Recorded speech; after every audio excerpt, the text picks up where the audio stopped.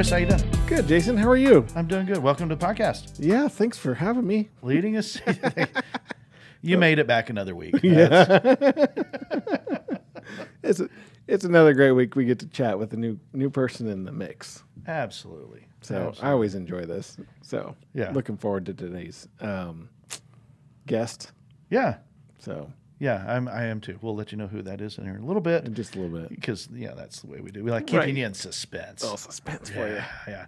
What have you been up to, man? Working. Actually took a little bit of a trip this weekend. Got away Yeah? in the camping. Just trying to enjoy some of this fall weather. It's always So we were talking about that recently on a podcast, that like 3 weeks of fall. So you got a camping trip in the little 3-week window yes, of Midwest fall. right. Nice. And so Nice. and it was gorgeous this weekend. So it was a little chillier at night, but which is perfect, and a little warmer during the day, which is always good. Yeah. Nice. I do appreciate that. So Nice. it was good. It's good. Not bad. How about Not you? Bad. In this nice weather, we found out that our AC wasn't working again. Oh no! Yeah. Didn't Or it already? yeah, we just got it fixed. I But was gonna say. yeah, it's just like the blower motor is blowing a fuse or something like that. But we didn't know Right. because you don't need it right now. Right. And so the sun got a little warm through the windows one day, and I'm like, why is it stuffy in here? Yeah. And found out the fan wasn't working. I don't know how long it's not been. So Wait a minute. Didn't I just fix your air conditioner? yeah, I got to find a new guy, I guess. I don't know. Apparently. I didn't fix the blower though. No, but we joked about, it always happens on a holiday weekend or Yeah. on the coldest snap of the year or Right. the hottest day of the year. This actually happened when you didn't know I needed it. Right. So, hey, I'm And I thinking was- I I wasn't my in town blessings to on that fix one. it either. That's okay. That's okay. We're good. Right. We're so good to go. So, hey, let's deal with our fifth voice. Okay. Okay, because last 4 podcasts we've been going through a few. Yep. Each, nurture to creative to guardian to connector. Yep. And today is our 5th voice, the pioneer. Okay. Yeah. And our pioneer is the champion of strategic vision. They're very strategic in their thinking. They're results oriented. They love problem solving. They love just bringing dreams and visions. I mean, they're very visionary. This is one of our future focused voices. Okay. They love seeing things come to life. They approach life very much anything is possible, Right. and often don't know how to quit. Because anything is possible. That's right. That's Well, right. why would you they quit? will just keep going and keep going and keep going and keep going. They're worried about, how do I win? How do I move ball down the court, down the field? Whatever your analogy you want to use, pioneers are the ones who want to win. That drive is very intrinsic. It comes from within them, rather than other people trying to empower them and motivate them. Yeah. You don't have to worry about a pioneer. they got got plenty figured of out. it on the inside. They are very passionate communicators. They're able to take logic and systems into a vision, and even abstract vision and things like that. They want to reach a beautiful future, a compelling vision of the future, and they're going to go for it. And they're going to bring their team along with you. Yeah. And they know how to move all the right people, resources, process. They know how to move all those things like a chessboard, or don't play Risk or Monopoly with a pioneer. Yeah. Fair enough. They will destroy you.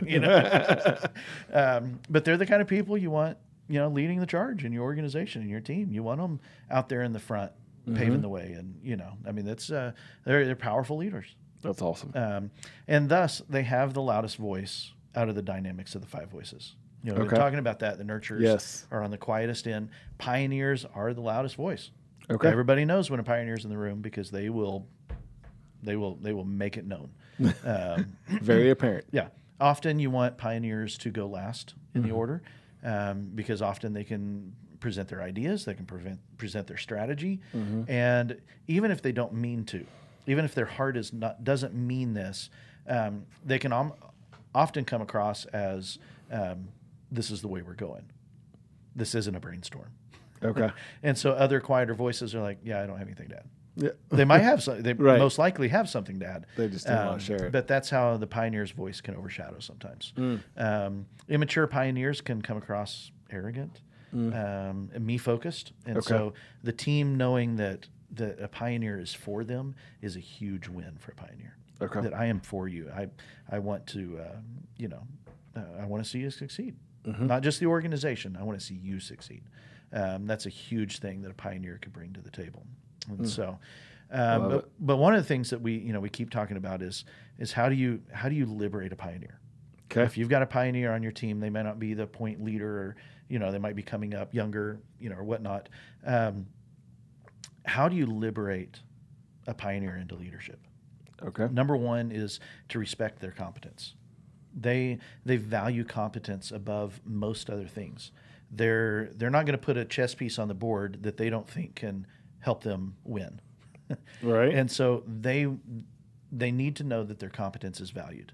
And just because they're competitive, just because they want to change the world, they don't want you to judge them on that. Okay, that's the superpower they bring to the table. Okay. Not the in a an organization that isn't as competitively oriented, a pioneer can come off abrasive. And so, how do you lean into that? How do you say, help us win? Okay. Where can we be more competitive? Invite them to help solve problems. They love problem solving, and encourage them to dream beyond what anybody believes is possible. If it sounds like, yeah, we could probably do that, they haven't dreamed big enough. Okay. Encourage them to dream bigger. Just keep pushing. Okay. Pioneers love to be challenged, love to be pushed. You really can't offend a pioneer very much. Okay. And so, dude, that's not big enough. Think bigger, dream bigger, outside the box. Come on, and they'll rise to the challenge. They love that. Okay. So the other side, while this is our superpower, is a pioneer superpower, there is also that weapon side that we've been talking about. Right. The weapon system for a pioneer is a grenade launcher. Okay. They release some type of ordnance that lands in the middle of the team, kablooey. Yep. And everybody feels the impact of that grenade. Triggers for a pioneer are, like I said, we talked about competence being important. Right. If they perceive incompetence in others, they will blow up. And so if a team is underperforming to their potential, and the pioneer just can't deal with it anymore, that triggers them, and there goes the grenade. The whole team feels the impact, and the pioneer has just used their loud voice to kind of squash everything and everyone. Not just perceived incompetence in others, but what if people challenge your competence? I don't think you can do it. I don't think you can get there. You're going to see a pioneer bristle and feel triggered to use their voice as a weapon. And, somebody threatening the vision, which basically means, hey, I know I'm on the team, but I really don't want to win the game. That person's going to be off the team, or the pioneer blows up. And time is of the essence.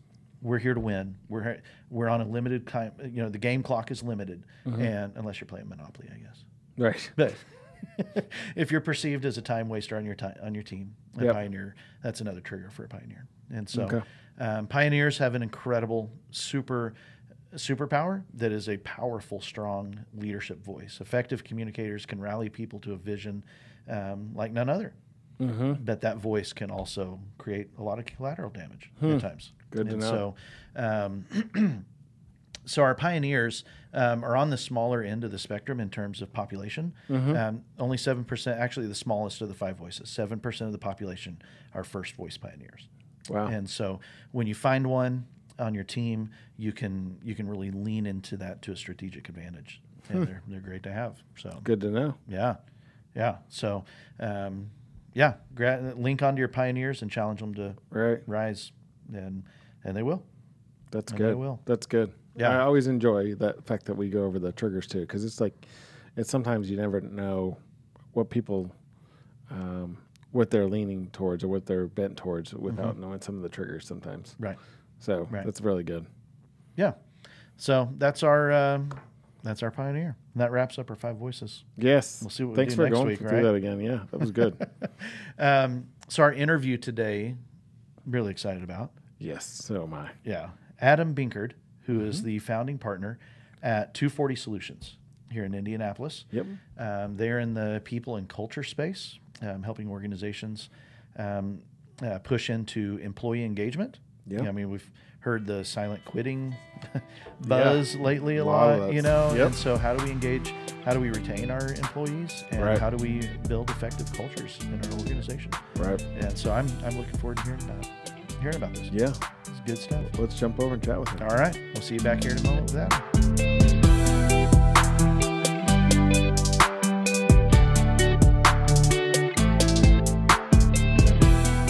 All right. Well, welcome back, guys. Adam, great to have you on the podcast this morning. How you doing today, man? I'm good. You good? Happy to be here. Cool. Well, start us out, man. Tell us a little bit about your journey, kind of how you got to where you're at today, and Yeah, well, it's an interesting journey. I'll make it as short as possible. It might be unexpected, my particular journey, but it kind of starts. I'm a Midwestern kid with family from Kentucky, so you can probably hear it in my voice. Hillbilly through and through. I was raised in North Central Indiana by the all-American family almost. I mean, my mom's a nurse. My dad was a factory worker. It's just me and my brother. Good Christian home. We're talking 4, 5 generations of godly Christian people. And that's kind of the context that you get. Raised in a rural community, went to a rural school. But for me, I had my brother ahead of me. He's 15 months older than I am, and really intelligent. It's like it just comes naturally to him.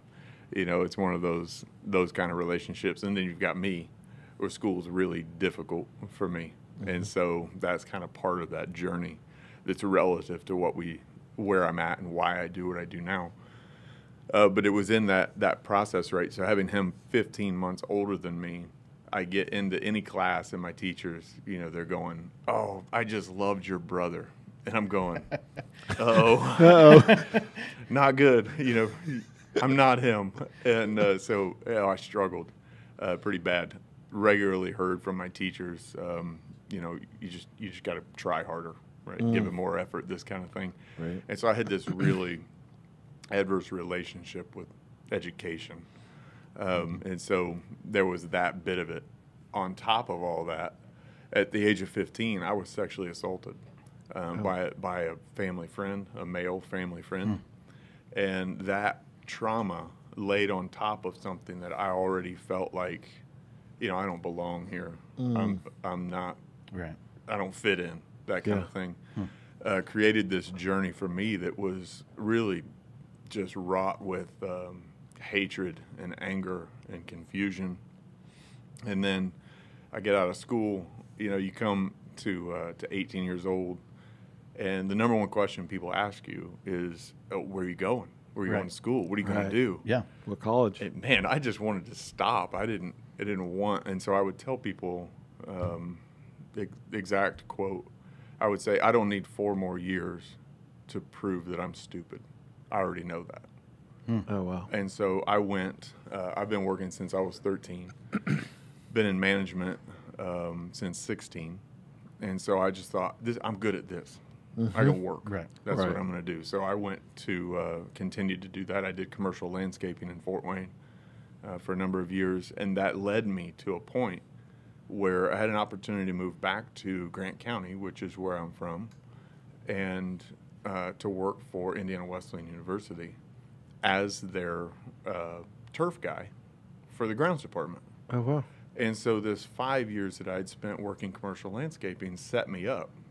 And I didn't realize it was a setup. Like, it was God doing his thing, Right. And so here I am coming back to Grant County, and I started working as a turf specialist for Indiana Wesleyan University. And I'd been there maybe a year, got promoted to the assistant director. And then from there, my director says to me, he says, "Adam, you've got a ton of potential, but you're going nowhere if you don't get an education." And so here I am. I'm now at this point, what was that, 2004 or 5, something like that. And so I'm faced with this thing, like, I feel smart to a degree. Yeah. Like, I'm good at working with my hands, Right. And now I'm being told, if you want to do more, you have to get an education. And so I put it off. And then finally in 2006, I thought, I'm going to do this. So being at the university, I had the opportunity to enroll in a program. And so I did. And in 2006, I joined a business program. It was Associates in Business program through the university. It's adult online learning. And then we had class once a week. And so I show up to class, and I'm sitting in this class, and this moment changed my life forever. I mean, my relationship with Jesus Christ changed my life forever. Don't get me wrong. Right. Like, that's my Right. story, is that. But it was this moment that God used, or he circles me back to this place for education, which is super ironic because I felt so stupid. And I'm sitting in class, and the admissions person, her name's Stacy, comes in just to greet the class. Welcome. So glad you made it. You know, everybody's getting started on their educational journey. And she's speaking to the room, and she says, Indiana Wesleyan University creates world changers. And she says this, and I heard it with different ears. It was one of those God moments. And she's still just talking to the room. But when she said her next statement, she made eye contact with me. And she said, you can be a world changer. And something clicked, and it changed everything for me. I went home that night, and I thought, I'm going to change the world. And I didn't think I'm going to change my family. I'm going to change my community. I meant the literal world. Right. I felt in that moment, you can change the world. And it caused you to live differently. Yes. Caused you to do things differently. And so my journey, getting up to this point, is this weird love-hate relationship with learning. Because I love to learn. I learned quickly, but I didn't do it like everyone else. Right. And so I had that moment, that confrontation with that. And then from there, I went 14 straight years in education, went straight through my associates, my bachelor's, my master's, and all the way through my doctoral coursework without stopping. Holy smokes. Yeah. And so to take us, you know, I say I'm just a landscaper from Grant County. To take that and then all of a sudden now be, you know, without going into long, boring detail, to be at that point completing my doctoral coursework. I'd been interviewed nationally 4 times for my impact in education, in higher education, speaking at national conferences for education, and you go, those two things don't work together. And that's the journey. You know, you realize that when someone gets a different understanding of what their future can be, they'll do the work to change. Yeah. You know, we've got to invest in that and getting them to see themselves differently. Once you do that, they'll join the adventure. So, I don't know. That's the short version. There's a lot in there. I know, but that's the short version. That's awesome. Yeah, thank you. Where do you attack, right? Right. So just give us a little. Obviously, you're married, and where did your wife come into the picture in that? Yeah, so I've been married for 22 years. My wife and I met my senior year of high school. Oh. She went to a different school in a different county. My cousin and her were really good friends. And so we met. Oh, man. Now you're testing me. We met in 98, late 98, and then we're married in 2000. Oh, wow. So she's walked this journey with you. Absolutely. Wow. You know, I've said a number of times, because what I haven't really gone into is that the trauma that I experienced at 15 led me into a 13-year battle of addiction. And so having that journey of 13 years, we got married basically in the middle of it. What I've said a number of times, and I said when we renewed our vows in 2007, is that my wife walked with me through this fire, that hand in hand, knowing full well that the match that lit the fire was in my other hand. And that's an experience for me that, you know, I can't express how grateful I am for my wife. I mean, she saved my life, physically saved my life. I'm not sure where or what I'd be doing without that grounding. You know, and again, God has a way. Right? Who gets married in the middle of that? And and for her, why would she marry someone in the middle of that kind of disaster? But she did, and she's been there for the entire journey. So we have 2 kids. To complete that story, my daughter's 20. She's a junior at Ball State. Okay. And my son will be 18 just at the turn of the year. He's in his senior year. Okay. Very cool. Wow, that's awesome. So where does a landscaper from Grant County go in his educational journey? I mean, you put 14 years of degrees, but what was kind of the theme of those years? That's a good question. I should add in that 14 years that I'm also a 3-time college dropout. So I can connect with that side of life. There you go. I have a business degree. And then at the end of that, I wasn't super passionate about a business degree. I was passionate about helping people, and especially people that had been through any sort of trauma, which oftentimes presents itself by way of addiction and manifestation. And so that led me to get an addictions counseling degree. So I have a bachelor's degree in addictions counseling. And what I found through that degree, all of the focus in that education around psychology, I fell in love with it. I couldn't get enough. I mean, I've said multiple times that my addictions counseling degree has made me the leader I am today. And I have 2 master's degrees in leadership. So those degrees may have taught me a lot about the theory of leadership, and I could bore you to tears with that. But really what made me a better leader was understanding the psychology behind who we are, behind the eyes is what I like to say. It helped me to learn empathy and to understand, and then you connect that with my own experience. It certainly has made me a better leader. So my education is that I haven't finished my doctorate. I'm basically need to do my dissertation. So I have a master's degree in org leadership and a master's degree in advanced leadership studies. And then, one of these days there'll be a doctorate in there somewhere. I'll muster up the courage to finish it out. Yeah. Leadership as well? Just need the time. It is, yeah. Okay. Org leadership. Okay. Gotcha. So during all this time that you were at IWU taking classes, did you stay as assistant director? I did not. I worked in that role. I became the director of grounds landscaping in 2008. Served in that role for almost 5 years. So it was 2012, middle of 2012, I left, consequently to start a school. I know this story gets more weird, doesn't it?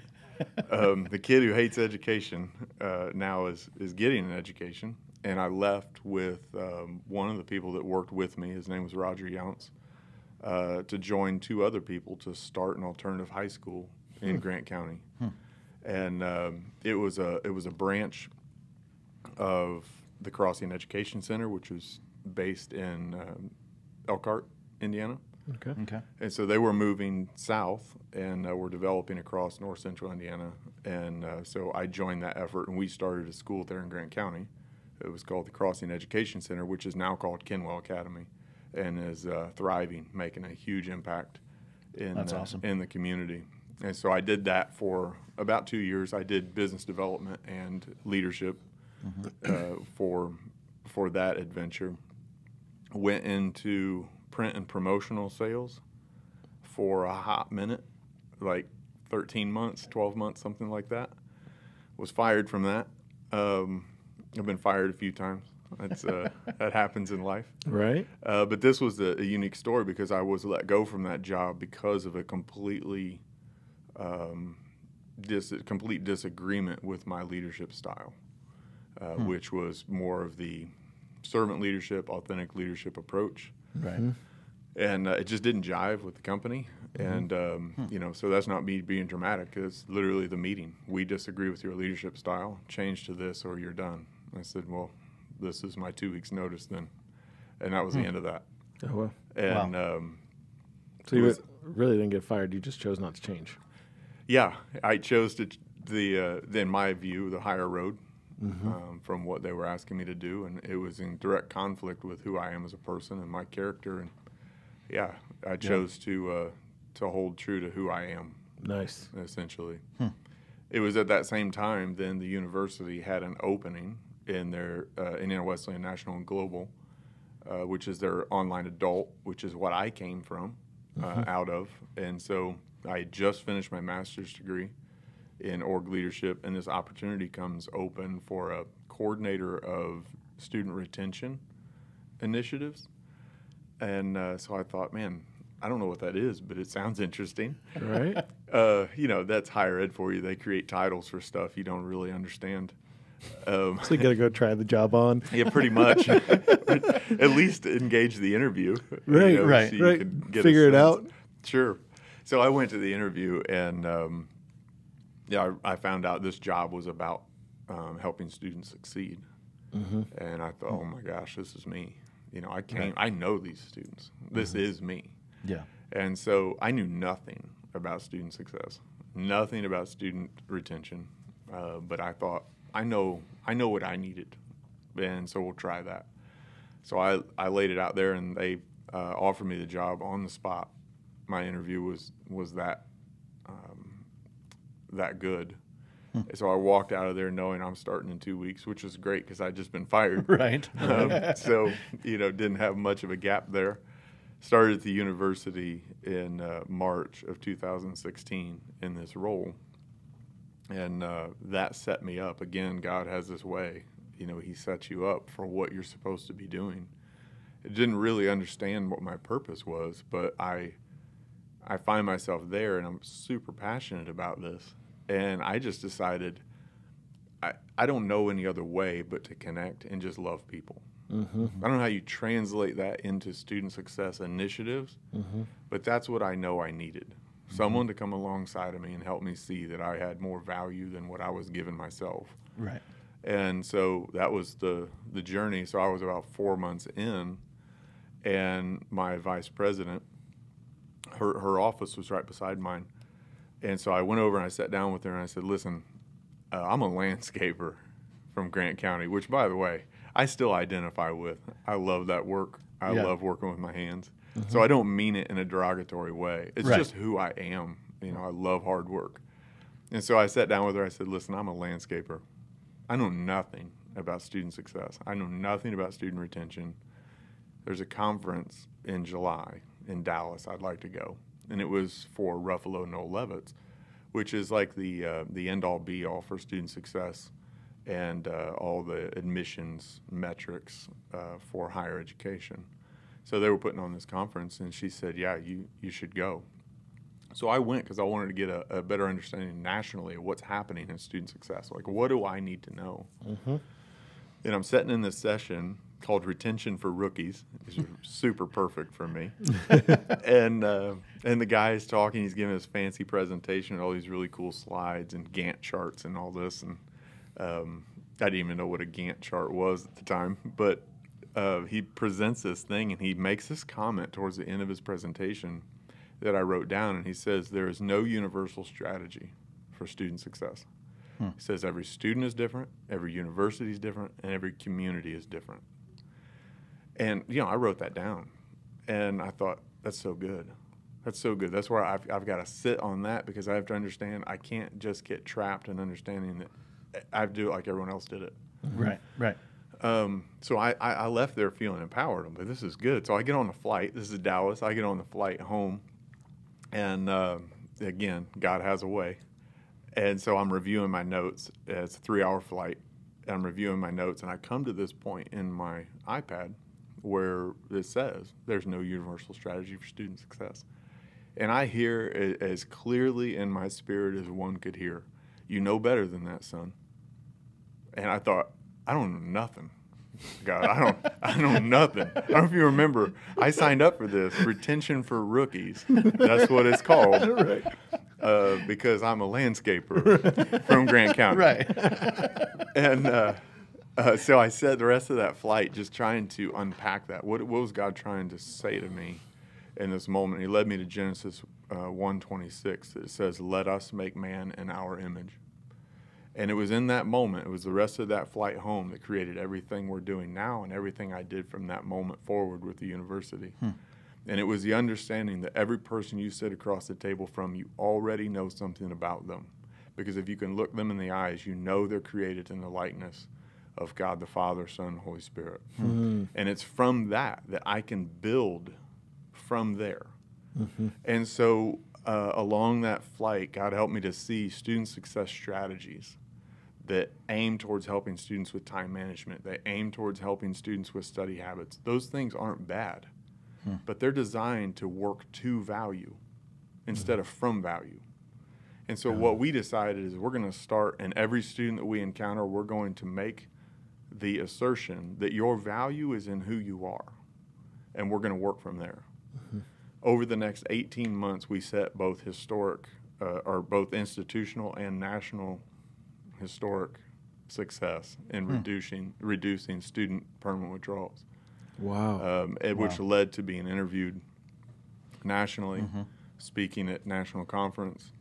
And, you know, my hat's off to the guy who said there's no universal strategy. Right. I get it. Right. I get it. That's what the world understands. But there is a different understanding, and it's about the humanity that's behind the learning. It's about the humanity behind employees. Right? And so we built a strategy that was work from value, not to value, that ended up in a slogan that we called Aim at Humanity. Everything we did was built on that. And as we pressed into that, we realized that at the university that you cannot offer that which you first don't possess.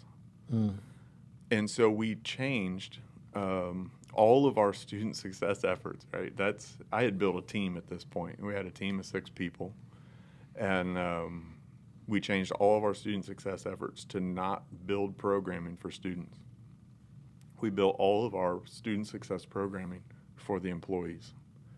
And we started working through workshops and building value in the employees and helping them see that you have value, what you bring to the table, no matter if you've been here 2 months or you've been here 20 years, you bring value to this. And it was open up the opportunity to hear them and bring their ideas, what they see, to the forefront. And we built then student success strategies off of that. And so it really made a difference. And being interviewed, that's what they were getting. I was not only speaking at the R&L conference then, I was being interviewed by their VP of research. Right. And he's going, I don't get it. How are you getting these numbers? And I tried to explain it's all about community. It's all about understanding the humanity in the employee and how that translates out to the humanity of the student. Right. You know, it didn't really, I don't think they really understood what I was getting at.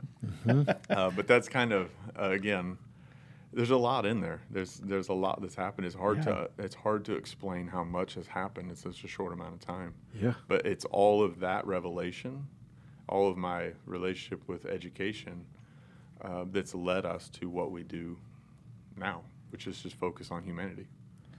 Yeah. So you're not at IWU any longer.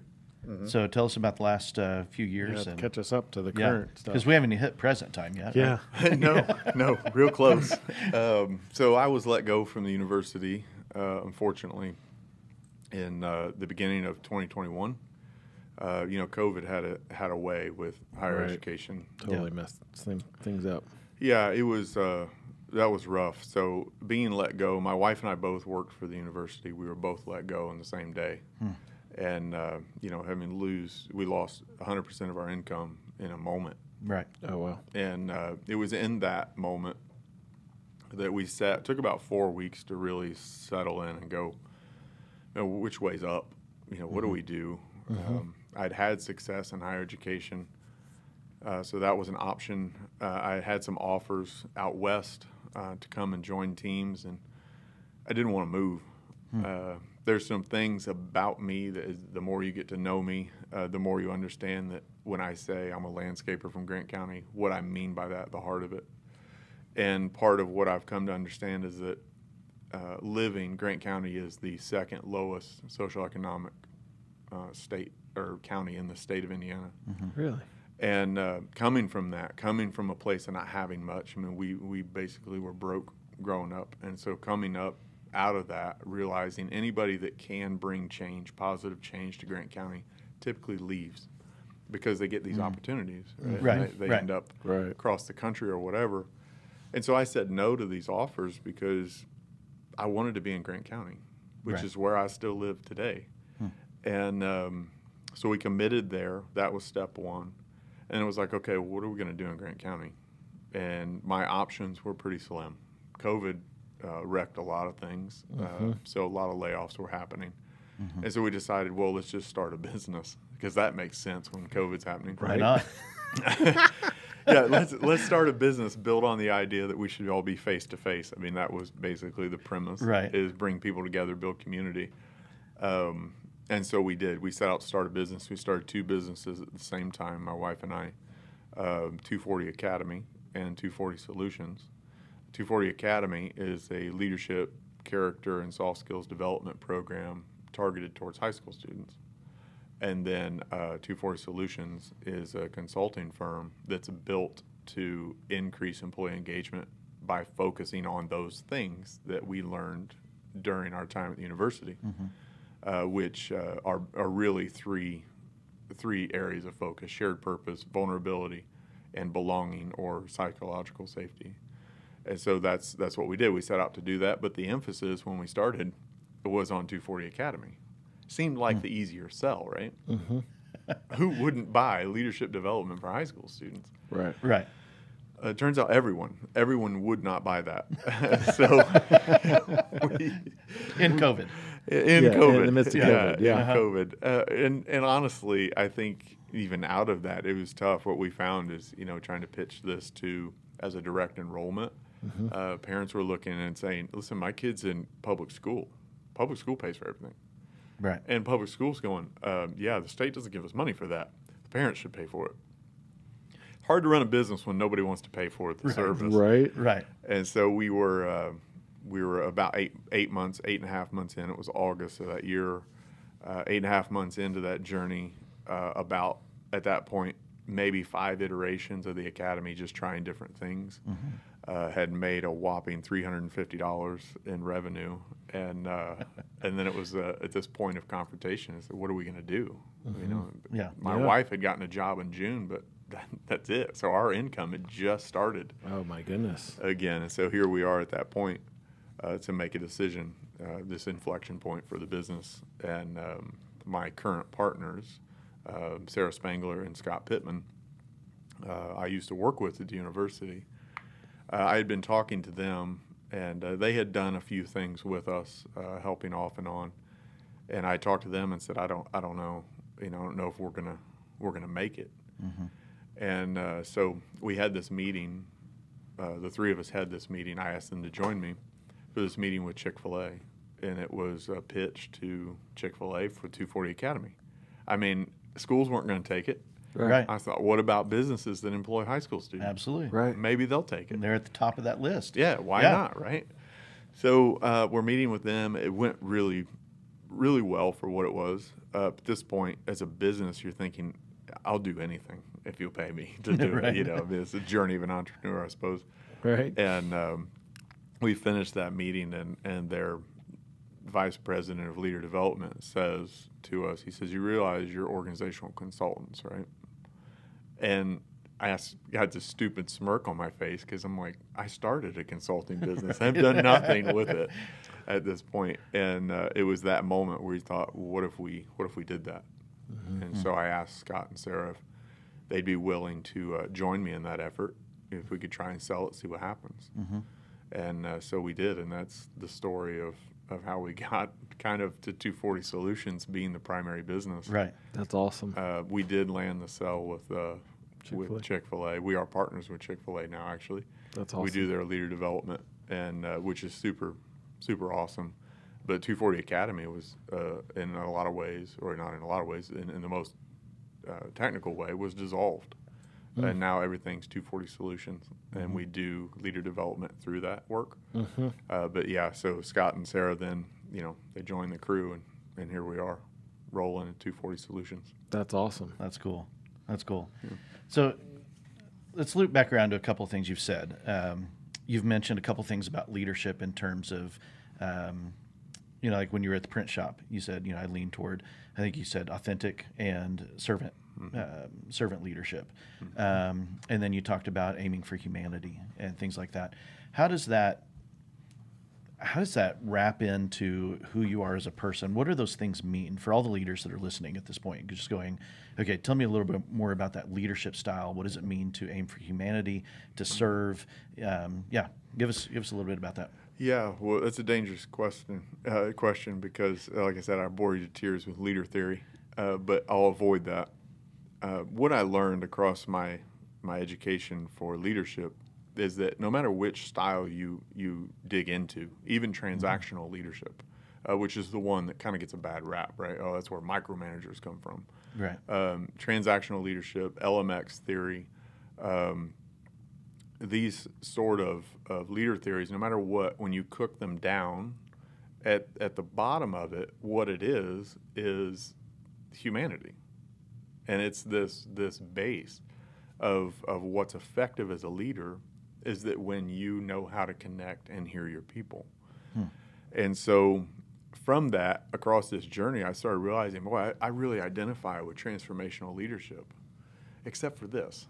Or I really identify with servant leadership, except for this. Yeah. And what I realized is that all of these studies across the different styles, transformational, authentic, servant leadership, you name it, all these studies really have this central focus, which is really about people. And it was out of that I thought, what if we create something different? And so I've created my own theory, which is people first leadership.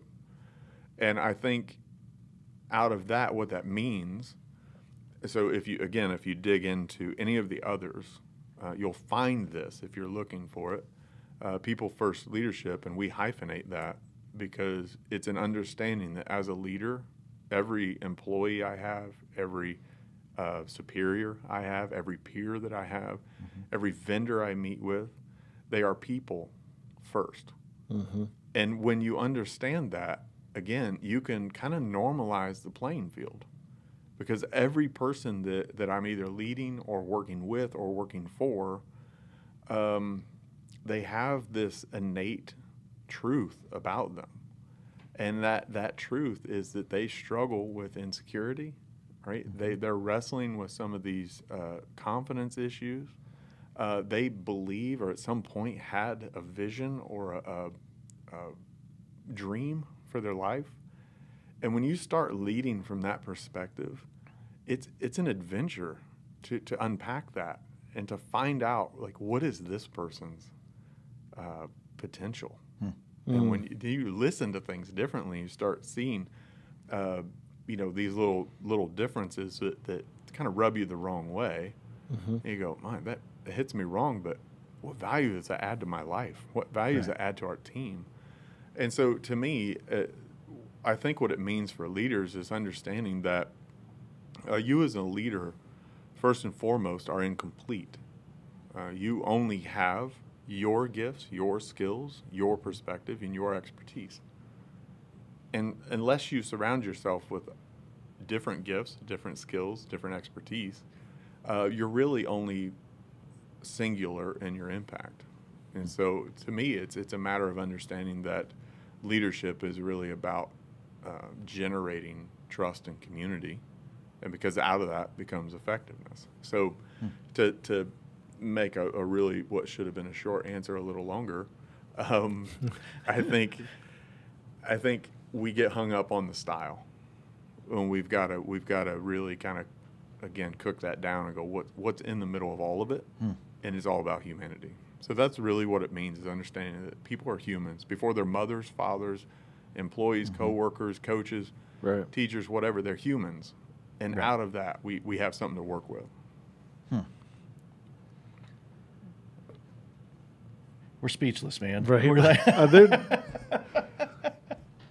I have that effect. I bore people to no, a point that's where not boredom. I don't know That what is to not say. boredom. No, it's not boredom at by all. any stretch. Yeah, that is really good. It's very insightful. Yeah, I mean, my brain is winding quickly with all of the ramifications and applications of that in every space, from business to nonprofit to churches to education to, I mean, it's just To colleagues, to employees, Parenting. to all that, to parenting. Like, it is totally applicable all the way across the board. Yeah. Yeah. You know, you said parenting, that's kind of what started that piece in going through this and realizing that really good leadership looks an awful lot like really good parenting. Because there are very few parents, right? They exist. There's those parents out there that you look at and you go, you should have never had kids. Because they're just disconnected. I mean, right? We've met them. Right. And I'm not talking about the ones that don't discipline their kids. I'm talking about the ones that walk away. Yeah. Right. The ones that Yeah. really don't care about their kids. But those are a smaller group. And Yeah. while we may disagree in our parenting approaches, what is generally true is parents want what's best for their kids. But we don't do that as leaders. We want what's best for you as long as it's best for me. At some point, that's the essence of servant leadership. What's best for you shouldn't matter. It's not about me. Right. It's about you. And so there's this kind of thread that it started pulling on and going, wow, good leadership looks like good parenting. What does that look like? And what it leads you into if you're willing to do it. The thing is leading this way takes a ton of intention, and it takes twice as much courage. Twice as much courage as it does intention.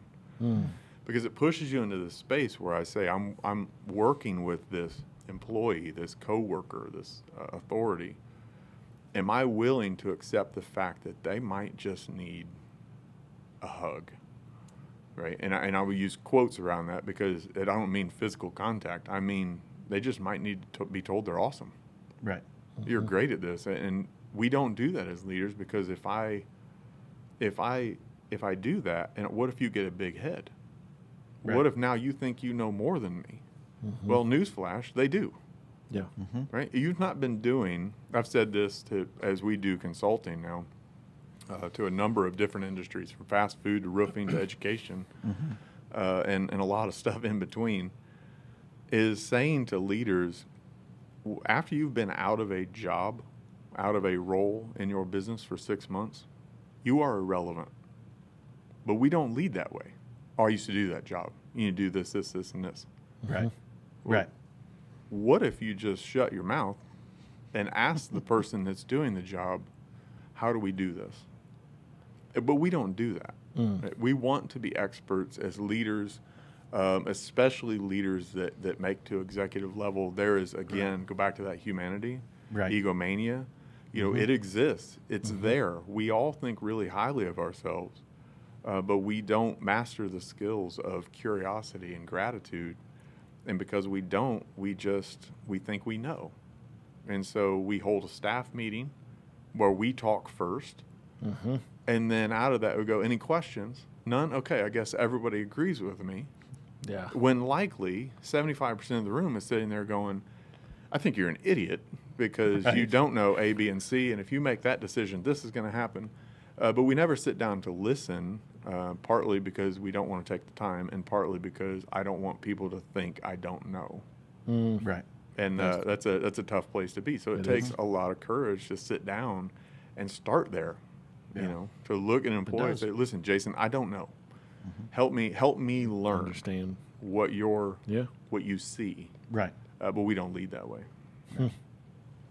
Is that how you encourage your clients to think? Like, is that obviously the several conversations that you have with your clients that you're just, I need you to think like this instead of leading with the mentality that I know everything? Yes, especially when they ask, you know. The thing we've learned in doing this and what we did before is people don't listen. Yeah. So the more I'm talking, the less people hear, Right. which is counterintuitive. And so what we do is we try to outline it for them and then show them. And so we'll do engagements with an organization, be it solution sprints or design thinking sessions or community integration workshops or leader development. It doesn't matter what we're doing. When we get the leaders in the room, what we want them to see is watch what happens. And I've said a number of times, in fact, it's a joke between me and my partner, Scott. He's like, you've said that. I don't even know what it means. Because I will say, put people in the room together and watch magic happen.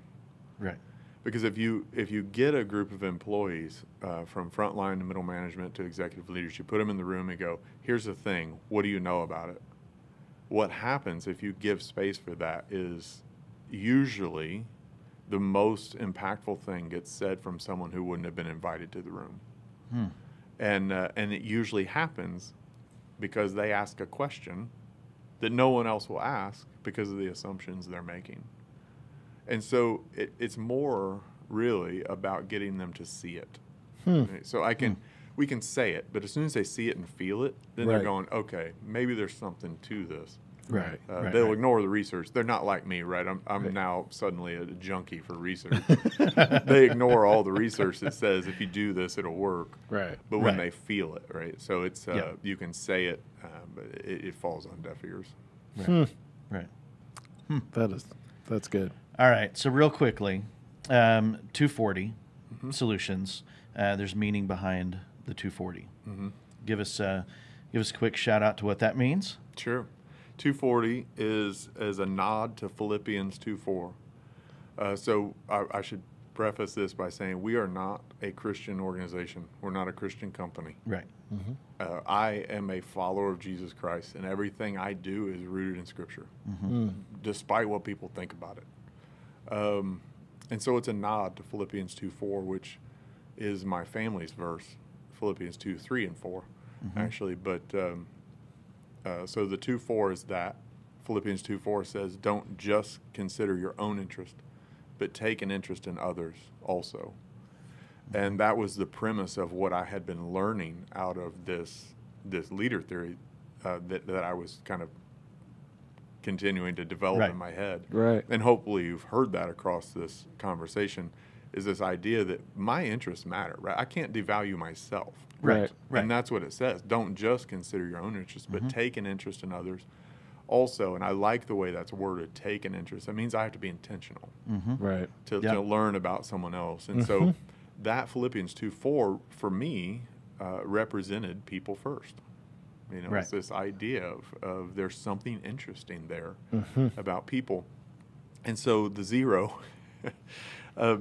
is added for a couple reasons. The funny reason is because 24 solutions sounded really stupid. 2.4 solutions sounded worse. So 240 kind of flows off the tongue a little bit. Right. But the more serious version of that is that there's no exceptions for us. It's people first, no exceptions. That's what the zero represents. And then solutions part is this idea that every solution an organization needs already exists within the people they employ. It's interesting to think we're a consulting business that actually is against consulting. When people tell me, oh, we're hiring this, it's generally speaking can be a mistake because they come in with their prepackaged ideas. They open their briefcase and they tell you, here's what you need to do. They also didn't take a minute to find out and take an interest in their employees. And so for us, we're saying you shouldn't need us. Right? If you still need us 12 to 18 months from now, we didn't do our jobs. Right. Because our job is to teach you, show you, and walk with you to unpack that brilliance that exists already in your organization. Because the solution you need is already in the building. You just got to learn to hear it. So that's good. That's the premise of 240 Solutions. Absolutely. That's real good. All right. If somebody needs to unpack those solutions, how do they get a hold of you guys? Where do they find you? Yeah, 240solutions.com, or they could email questions at 240solutions.com. Either way, we're ready to answer them. Awesome. Thanks for joining us today. Dude, this is wonderful. That was really awesome. Very insightful. I'm going to have to stare on this all day long. So, thank you for being the landscaper from Grant County. Yes. Set out to change the world, man. That's awesome. I think I'm glad to hear that you guys' business is really taking off, and you're impacting people and making a difference. We man. might That's have to have huge. you come back around sometime in the distant future and revisit how things are going too. Yeah, that would be fun. Yeah, That's that's been right. So, all right, guys. Thanks for listening. We'll be right back.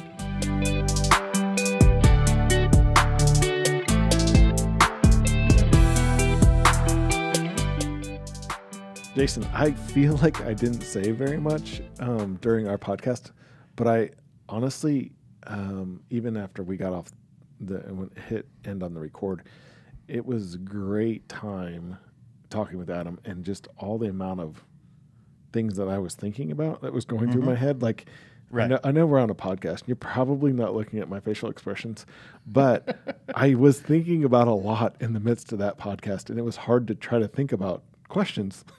Yeah. Because there was just so many good things about it and so much. I mean, just an awesome leader that's going out and trying to encourage other leaders. Right. I love the people first style of leadership. I completely agree. I mean, if that's not in a book somewhere, I think he needs to write that chapter. I agree.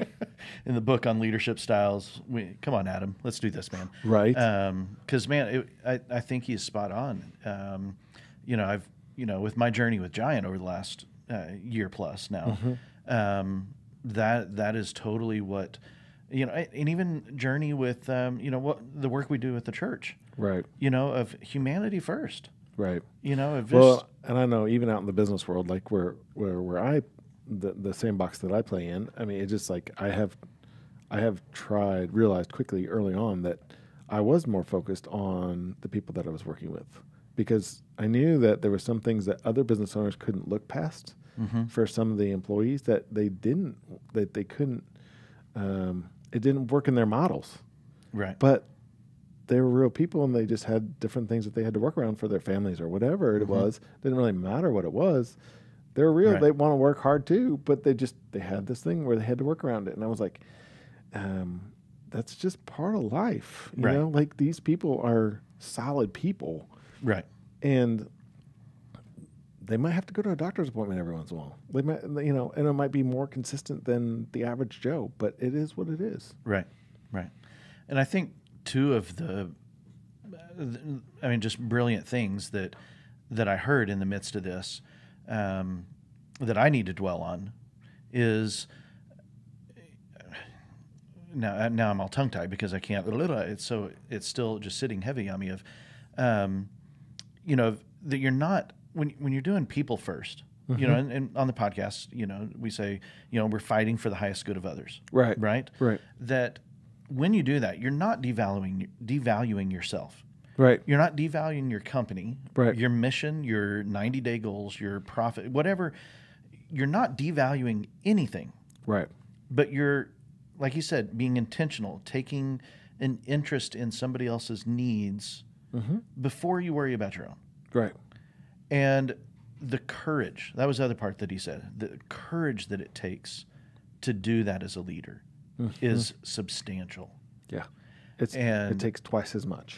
Right. I think he said something about that. I was like, he is spot on. Like, it does take twice as much. It really does. It takes courage to be out and be an owner or a business owner, or even venturing out onto something and trying something, right? Right. But it takes twice as much to recognize that the people that you're involved with, you put their needs first and then worry about yours.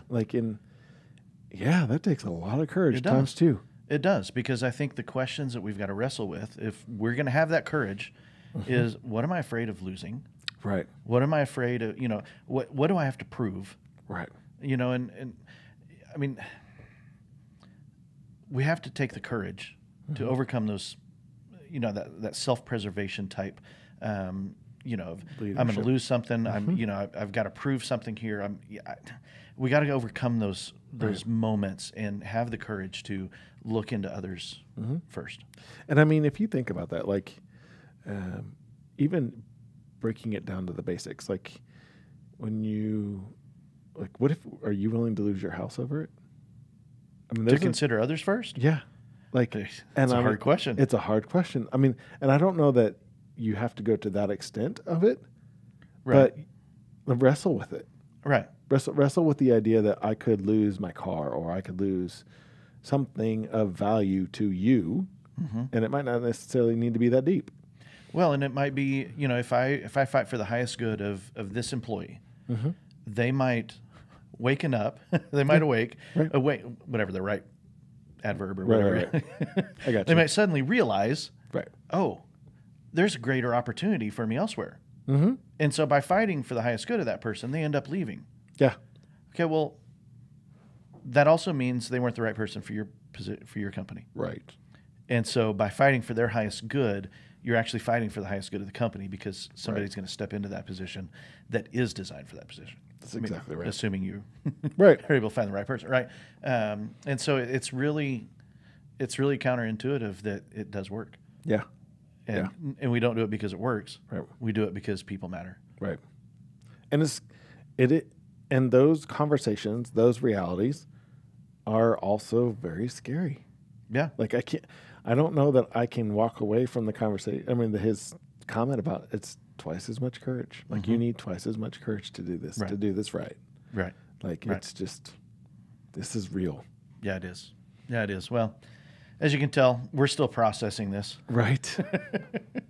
Yeah, and send us your questions. Like we'd love to chat with it. I mean, if we can, let's process some of the questions. You got some questions? Let's throw them back out here, and we'll have a little podcast where we can talk about it. And just because, if there's something you're struggling with or if there's something that you're thinking about, and it's hit home with this podcast, shoot us some questions. Let's talk about it. Absolutely. Yeah, like, subscribe, review. Podcast at exANIMO.solutions is the email. Yep. And we'd love to hear from you. Thanks for joining us today. You guys live with courage. Yes. Fight for the highest good of others. Let's do it. Sounds good. All right. See you next time.